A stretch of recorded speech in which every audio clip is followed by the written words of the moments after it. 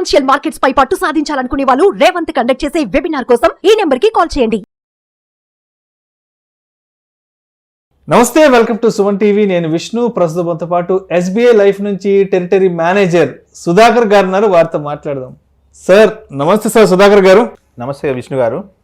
Sir Sudhakar గారు, ఇప్పుడు సాధారణంగా ఎలా ఉంటుందంటే ఒక టర్మ్ పాలసీ అనగానే చాలా పెద్ద పెద్ద హయ్యర్ ఇన్కమ్ ఉండాలి, ఏవో రకరకాల క్వాలిఫికేషన్స్ ఉండాలి అంటారు. తర్వాత అన్ని రకాల మెడికల్ టెస్టులు చేయాలంటారు. తర్వాత ఇయర్లీ ప్రీమియం ఎక్కువ ఉందని చెప్తుంటారు కదా.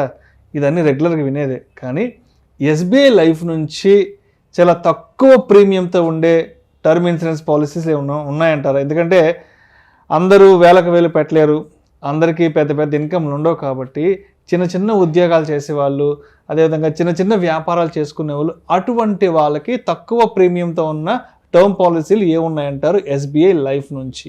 థ్యాంక్ యూ విష్ణు గారు. మనకేంటంటే రీసెంట్గా మనకి ఎస్బీఐ లైఫ్ నుంచి, ఎందుకంటే మీరు అడిగినట్టు హయ్యర్ ప్రీమియం అనేసరికి చాలామంది ఇన్సూరెన్స్కు దూరం అవుతున్నారని చెప్పేసి ఎస్బీఐ లైఫ్ నుంచి తక్కువ ప్రీమియంతో స్మార్ట్ స్వదాన్ సుప్రీం అనే పాలసీని ఇంట్రడ్యూస్ చేయడం జరిగింది.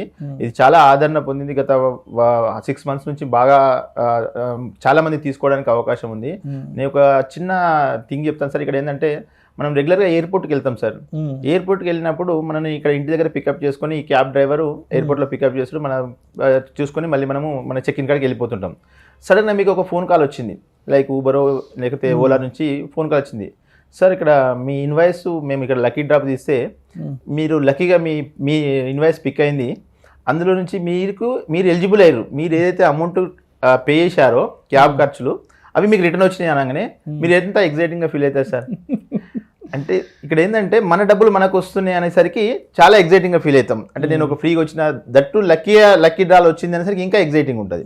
అదేవిధంగా మనకి ఈ పాలసీలో కూడా ఎట్లుంటుంది అంటే మనం ఏదైతే కడుతున్నామో అమౌంట్ ఏదైతే కడుతున్నామో ఆ అమౌంట్ మొత్తము మనం లక్కీ డ్రా వచ్చిన వాళ్ళకే కాదు, వాళ్ళందరికీ మిగిలిన కస్టమర్లకు కూడా ఇవ్వాలనే కంపెనీ ఉద్దేశంతో ప్రతి కస్టమర్ కూడా మాకు లక్కీయెస్ట్ కస్టమరే. అట్లా ఆ ఉద్దేశంతో ఈ పాలసీని అనేది ఇంట్రడ్యూస్ చేయడం జరిగింది. అంటే ఇక్కడ ఏంటంటే మనం కట్టిన అమౌంట్, దీన్ని ఏంటంటే జీరో కాస్ట్ ఇన్సూరెన్స్ పాలసీ అనొచ్చు సార్. మనం కట్టింది ఓన్లీ అక్కడ మనం ఒక బ్యాంకులో డిపాజిట్ చేసుకున్నాడు సార్.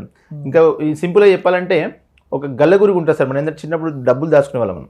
ఇప్పుడు కిట్టి బాక్స్ అని అంటారు, హుండీ అంటారు. మనం ఏంటంటే గల్లగురు అనేది ఒక ప్రాధాన్యత ఉంది. మనకు డబ్బులు దొరికినప్పుడల్లా వేసుకుంటాం. సేమ్ లైక్ ఇది కూడా మనకి ఏంటంటే మనకి ఎంతైతే ప్రీమియం కట్టాలప్పుడు అలా కట్టుకుంటాం సార్. ఇన్ కేసు ఒకవేళ మిడిల్లో ఏమన్నా గల్లగురికి బదులైంది అనుకోండి, 50 లక్షలు, 1 కోటి రూపాయలు మనం అయితే తీసుకున్న అమౌంట్ ఇన్సూరెన్స్ వస్తుంది. ఏం కాలేదు, మనం ఉన్నంతసేపు టర్మ్ అనుకోండి, మనం వేసిన డబ్బులు అక్కడే ఉంటాయి. ఈ పాలసీ కూడా మనకు అలాగనే వర్క్ అవుతుంది. మనం కట్టిన అమౌంట్ అనేది మొత్తం రిటర్న్ రావడానికి అవకాశం ఉంటుంది సార్. ఇది దీని పేరు స్మార్ట్ స్వదాన్ సుప్రీం అని చెప్పేసి తక్కువ లోయర్ ఇన్కమ్ ఉన్న వాళ్ళకు. ఫర్ ఎగ్జాంపుల్ ఏంటంటే సార్ మీరు ఇప్పుడు అడిగినట్టుగా ఇన్కమ్ క్రైటీరియా డిఫరెంట్ క్రైటీరియా అడుగుతారు. మన ఇక్కడ తక్కువ ప్రీమియం ఉన్న వాళ్ళ, తక్కువ ఇన్కమ్ ఉన్న వాళ్ళు, అంటే నియర్ అబౌట్ 2.5 lakhs మినిమం ఉన్న వాళ్ళకి ఐదర్ బిజినెస్ కానివ్వండి లేకపోతే ప్రొఫెషనల్స్ కానీ సాలరీ పీపుల్ ఎవరైనా కూడా ఇవాళ రేపు ఏంటంటే సార్ హైదరాబాద్ అయినా ఎక్కడైనా కూడా మినిమం 20,000 సాలరీ అనేది కంపల్సరీ ఉంటుంది. అలాంటి వ్యక్తులకు కూడా మనం మినిమం 50 లక్షల వరకు మనం ఇన్సూరెన్స్ పాలసీ ఇవ్వడానికి ఉంటుంది. ఇందులో మనకి ఏంటంటే ఈ పాలసీ ఎలా ఉంటుందంటే సార్, ఇక్కడ మినిమం 25 lakhs తోటి స్టార్ట్ అవుతుంది. ఒక కస్టమర్ కనుక ఫర్ ఎగ్జాంపుల్ ఒక 30 years ఉన్న కస్టమర్ కనుక తీసుకుంటే అతనికి ఒక 30 years టర్మ్ పెట్టి ఓన్లీ 7 years మాత్రమే పే చేస్తాడు.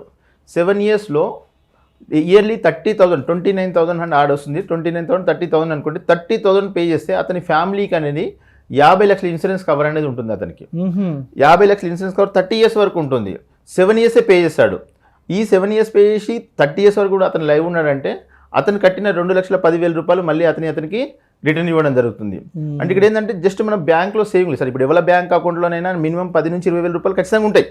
అంటే మన అవసరాలకు తగ్గట్టు వాడుకుంటూ కూడా కొంతమంది 50,000 60,000 కూడా మెయింటైన్ చేసే వాళ్ళు ఉంటారు మినిమం బ్యాలెన్స్. అట్లే సేమ్ ఒక మనం తీసుకొచ్చేసి ఇక్కడ ఒక పాలసీ లెక్క కట్టుకున్నామంటే ఇఫ్ దర్ ఎనీ ఇన్సిడెంట్ జరిగినప్పుడు ఒక లంప్ సమ్ అమౌంట్ అనేది ఫ్యామిలీకి రావడం జరుగుతుంది. సేఫ్ అండ్ సెక్యూర్ సైడ్లో ఉంటాం సార్. రైట్. సో మరి ఇక్కడ ఏజ్ క్రైటీరియా అనేది ఎంత ఉండాలి అంటారు? ఇప్పుడు మీరు చెప్తున్న ఈ తక్కువ ప్రీమియంతో ఉన్న ఈ ఇన్సూరెన్స్ తీసుకోవాలి అంటే? మంచి ప్రశ్న అడిగారు విష్ణు గారు. ఇందులో మనకి ఏంటంటే ఏజ్ క్రైటీరియా వచ్చి 18 years నుంచి 60 years ఉన్న ఎవరైనా మనకి ఈ పాలసీ అనేది తీసుకోవడానికి ఎలిజిబుల్ ఉంటుంది. వాళ్ళు 2.5 lakhs ఎర్న్ చేస్తూ నాకు ఇన్సూరెన్స్ ఉండాలని ఎవరైతే అనుకుంటారో హెల్తీ ఉన్న ఏ పర్సన్కైనా కూడా మనము ఈ పాలసీ అనేది ఇవ్వడం జరుగుతుంది సార్. సో అదేవిధంగా ఇప్పుడు 10 year పూర్తయిన తర్వాత ఏదైనా అమౌంట్ వస్తే ఎంత రావచ్చు అంటారు ఇది?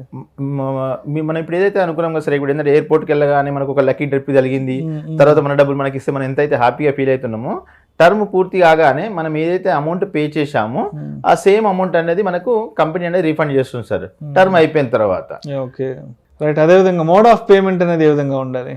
మనకి ఏంటంటే ఎందులోనైనా కూడా మంత్లీ, హాఫ్ ఇయర్లీ, ఇయర్లీ 3 దానిలో. అదే ఫర్ ఎగ్జాంపుల్ రెగ్యులర్ మంత్లీ వచ్చే కస్టమర్ ఉన్నాడు అనుకోండి, నేను మంత్లీ పే చేసుకుంటా అంటే మంత్లీ కూడా మనకు ఆప్షన్ ఇచ్చింది.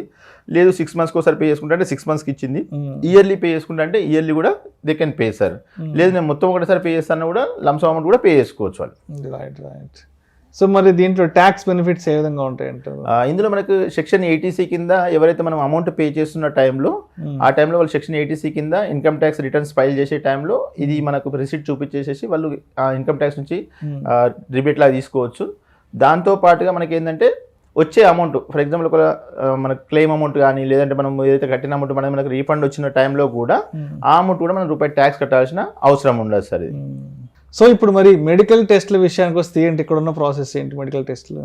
మంచి క్వశ్చన్ అడిగారు విష్ణు గారు. ఎందుకంటే ఇది మనం తక్కువ ప్రీమియం తోటి తక్కువ ఇన్కమ్ లెవెల్ ఉన్న వాళ్ళకి ఇస్తున్నాం కాబట్టి ఇందులో మెడికల్స్ ఉంటాయి సార్. ఎందుకంటే ప్రీమియం తక్కువ ఉంది కాబట్టి కంపెనీ యాజ్ పర్ గైడ్లైన్స్ ప్రకారము మెడికల్ టెస్ట్లు చేస్తుంది. వారి ఏజ్ క్రైటీరియా బట్టి వాళ్ళకి ఏమేమి టెస్ట్ చేయాలన్నది మనకు కంపెనీ వాళ్ళు ఇండికేట్ చేస్తారు. నెక్స్ట్ మన పర్సన్ ఎవరైతే SBI పర్సన్ వచ్చేసరికి శాంపిల్స్ తీసుకెళ్ళి వాళ్ళకి ఎలాంటి ఛార్జెస్ చేయకుండా వాళ్ళకి మెడికల్ టెస్ట్లు చేయించేసి రిపోర్ట్స్ డైరెక్ట్ మన కంపెనీకి అప్లోడ్ చేసేసి మనకి పాలసీ అనేది ఇష్యూ చేయడం జరుగుతుంది.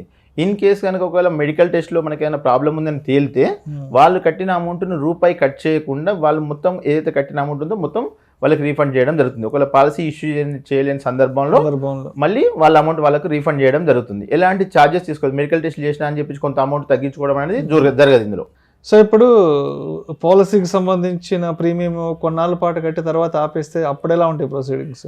మంచి క్వశ్చన్ అడిగారండి. ఇప్పుడు ఏంటంటే ఇప్పుడు కొంతమంది ఏంటంటే వాళ్ళకు గుర్తుండకనో, లేకపోతే చేతిలో డబ్బులు లేకపోవడం, అమౌంట్ పరంగానో, లేకపోతే ఆ టైంలో వాళ్ళు కట్టే టైంలోనే అమౌంట్ లేకపోవడం వల్ల కొంతమంది కట్టలేకపోతారు, లేదంటే ల్యాబ్స్లోకి వెళ్ళిపోతుంది పాలసీ. ఆ ల్యాబ్స్లోకి వెళ్ళినప్పుడు మినిమం 2 years అన్న కట్టి ఉంటే కస్టమరు ఆ కట్టిన ప్రొఫెషనల్ బేసిస్లో ఒకవేళ 5 years కట్టిండి అనుకోండి, అంటే మనం 10 years కట్టాలనుకుంటే 5 years కట్టామంటే ఆల్మోస్ట్ 50% వీ హ్యావ్ పేడ్. ఆ 50% బేస్ చేసుకుని ఒక ₹1,00,00,000 కనుక పాలసీ కనుక అనుకుంటే వాళ్ళకి 50 లక్షల రూపాయలు ఇచ్చేయడం జరుగుతుంది. లేదు ఒకవేళ ఏం కాలేదు 30 years టర్మ్ అయిపోయేంత వరకు అతను లైవ్ ఉన్నాడు అనుకుంటే ఆ అమౌంట్ అనేది 50,000 ఏదైతే మనకి 50% ఏదైతే అమౌంట్ పే చేసినామో ఆ అమౌంట్ అనేది రీఫండ్ ఇవ్వడం జరుగుతుంది సార్ ఇక్కడ. ఇందులో మనకి ఇంకోటి ఏంటంటే సార్ ఇక్కడ మినిమం 25 lakhs నుంచి మాక్సిమం ఎంతైనా తీసుకోవచ్చు సార్. ఇందులో ఏది మనకు సమస్యలు కావాలనుకుంటే వాళ్ళ ఇన్కమ్ లెవెల్ని బట్టేసి వాళ్ళకి ఎంత నీడ్ అనేది ఉంటుంది అనేది తీసుకొని వాళ్ళు ఎంతవరకు అయినా మనం తీసుకోవడానికి అవకాశం ఉంది. యాజ్ పర్ ఇన్కమ్ బేస్ చేసేసుకొని కంపెనీ కూడా ఇష్యూ చేస్తుంది. మినిమం ఇన్సూరెన్స్ కవర్ వచ్చి 25 lakhs నుంచి ఇక్కడ స్టార్ట్ అవుతుంది ఇది. ప్రేక్షకులకు విజ్ఞప్తి, సమయానుభావం వల్ల అన్ని విషయాలను ఇక్కడ మనం చర్చించలేకపోతున్నాము. ఏవైనా మీకు సూచనలు కానీ సలహాలు కావాలంటే మీరు సంప్రదిస్తే నేను బ్రోచర్లో ఉన్న అన్ని విషయాలు మీకు వివరంగా వివరిస్తాను. Thank you sir. Thank you so much Sudhakar గారు. థ్యాంక్ యూ అండి. థ్యాంక్ యూ విష్ణు గారు.